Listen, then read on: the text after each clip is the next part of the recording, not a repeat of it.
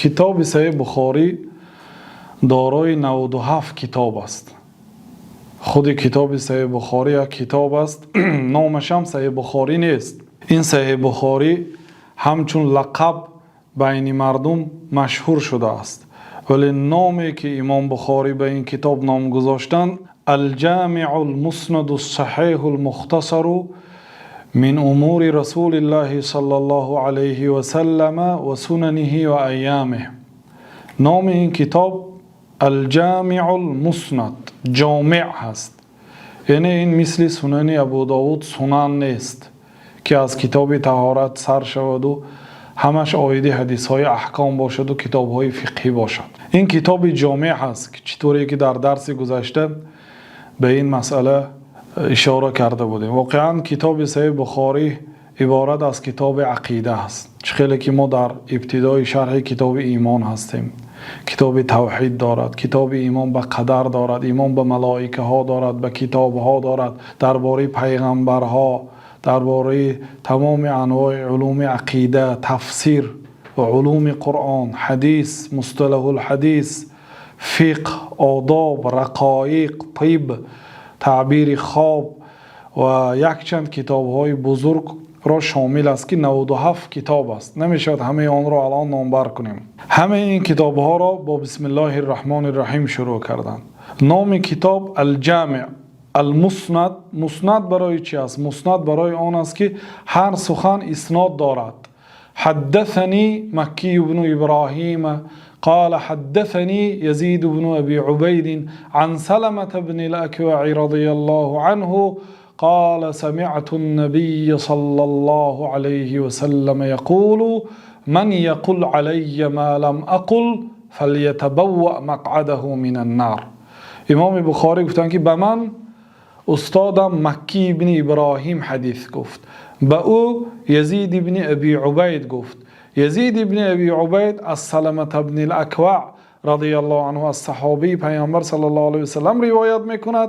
سلمة بن الاکوع میگوید که شنیدم پیغمبر صلی الله علیه وسلم را که میگفتند کسی از نام من سخنی را که من نگفتم اگر بگوید از دوزخ برای خود یک مکان را انتخاب کند. گفتند یعنی جای او، بازگشت او به آتش دوزخ است. کسی که از نام من سخنی من نگفته را میگوید. در این حدیث مسند است، یعنی با سند گفتن. بین امام بخاری و بین پیامبر صلی الله علیه وسلم 3 نفر هست و این از همه قیمت ترین حدیث های بخاری هست که از این نوع حدیث ثلاثیات میگویند، یعنی سیگانیک ها. 20 دانه همگی در صحیح بخاری هست و باقی مانده حدیث ها بین امام بخاری و بین پیامبر صلی الله علیه و سلم 4 کس است، مانند اینکه حدثنا آدم قال حدثنا شعبة عن قتادة عن انس. میگن که به من آدم گفت استادشون، به او شعبه گفت، به او قتاده گفت، به او انس گفت. صحابه 4 نفر هست یا 5 نفر یا 6 نفر.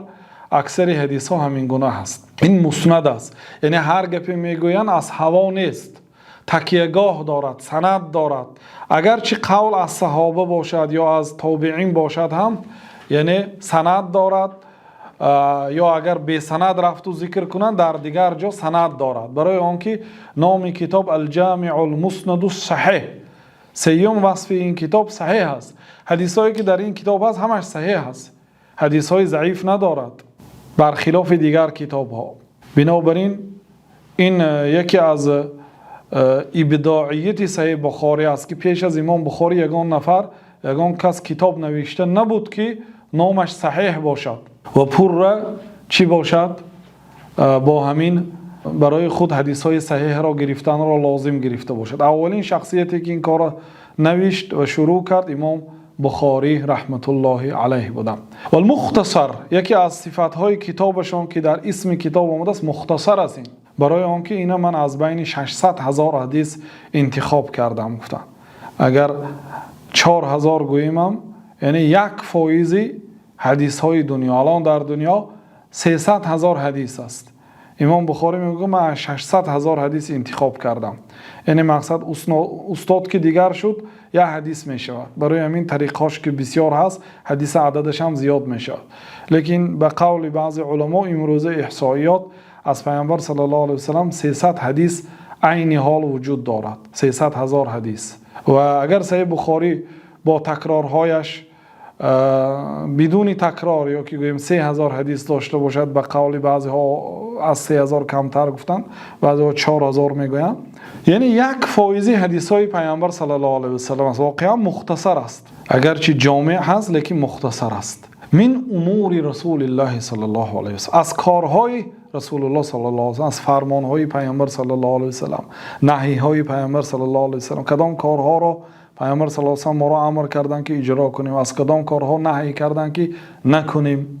و سننه، سنت‌های پیامبر صلی الله علیه و سلم، یعنی سخن‌هایشان، رفتارشان، کردارشان، وصفشان. وصف پیغمبر هم سنت است. این چون اقرار پیامبر صلی الله علیه و سلم، یک کار در نزد پیامبر اجرا میشد، جناب رسول الله صلی الله علیه و سلم اقرار میکنه و هم سنت است، حدیث است. و ایامه، از روزهای پیامبر صلی الله علیه و سلم، یعنی درباره روزهای پیامبر صلی الله علیه و سلم چگونه میگذشت، یعنی تاریخی پیامبر صلی الله علیه و سلم در این کتاب من ذکر کردم.